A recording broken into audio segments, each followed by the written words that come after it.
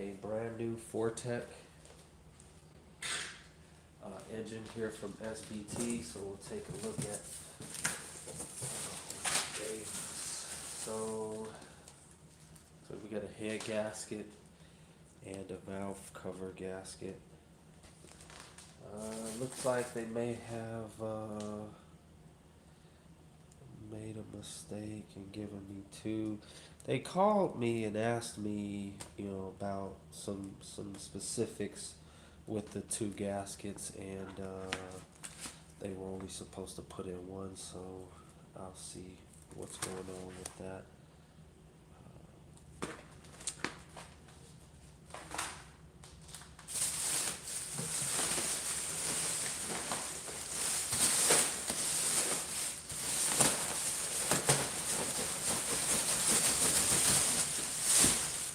My first rodeo with the SBTs. Let's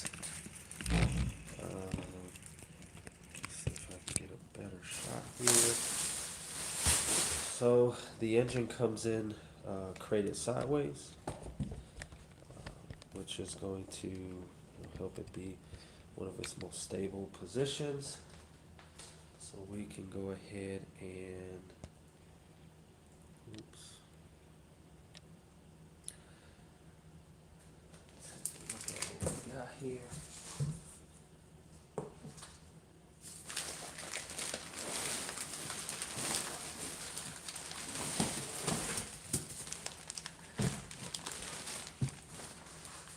We have a nice, pretty and clean. I'm really not liking this camera. There we go. Nice, pretty clean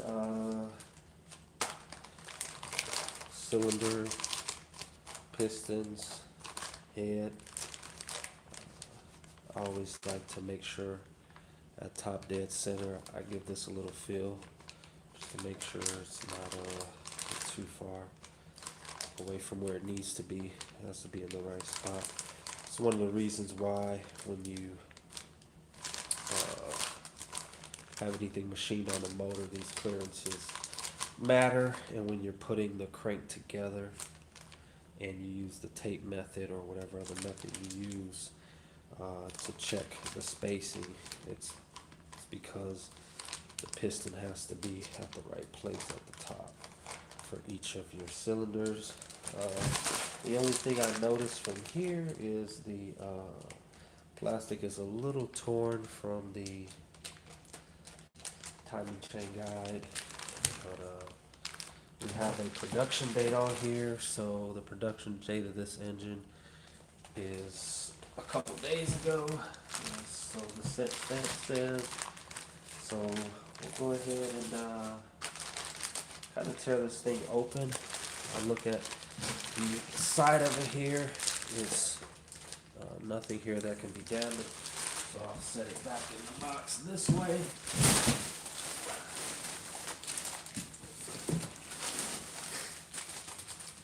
The main thing that you want to watch out for is just that timing chain valve. You don't want to break that out.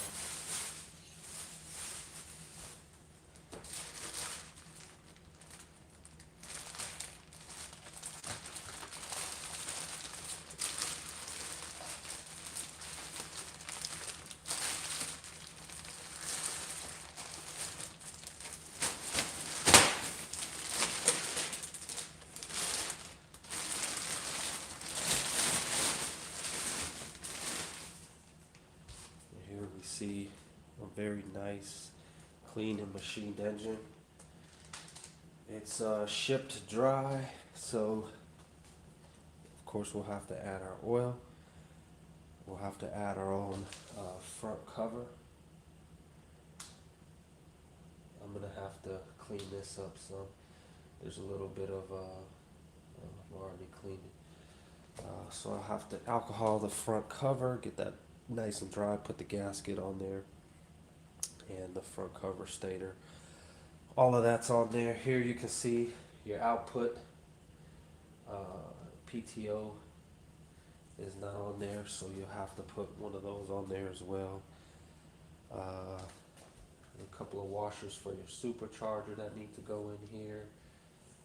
All of your sensors will need to go on here. They ship it to you at Top Dead Center, so we can get a little bit up close and personal here with it.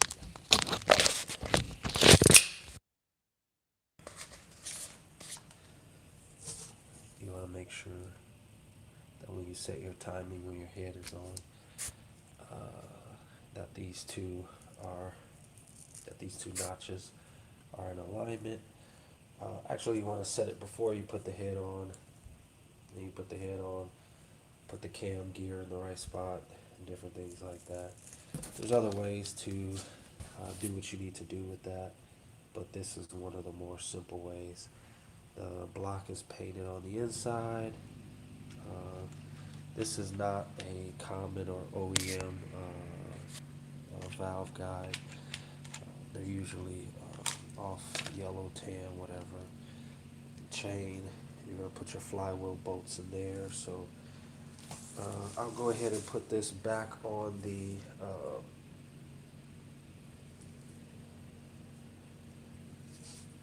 put the camera back on the stand. We'll flip the other way, take a look at what's going on there. This is the key for the oil pump. So not much going on here. It needs a lot of work. This is a short block, of course. So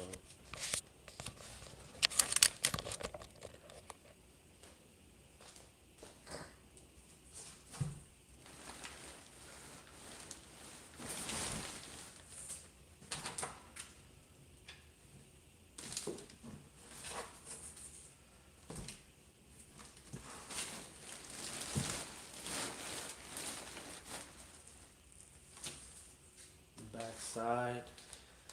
Let's take a look at what we have on the back side of the engine or front. So this plate is where your serial number will go. Your oil pump goes here. We have a couple of identifiers here. 2783, 2783. We have some signature writing in here. You can see your balancer and crank there. So again, not much going on here. Not much going on at the bottom, but this is a SBT short block. They run north of $2,000.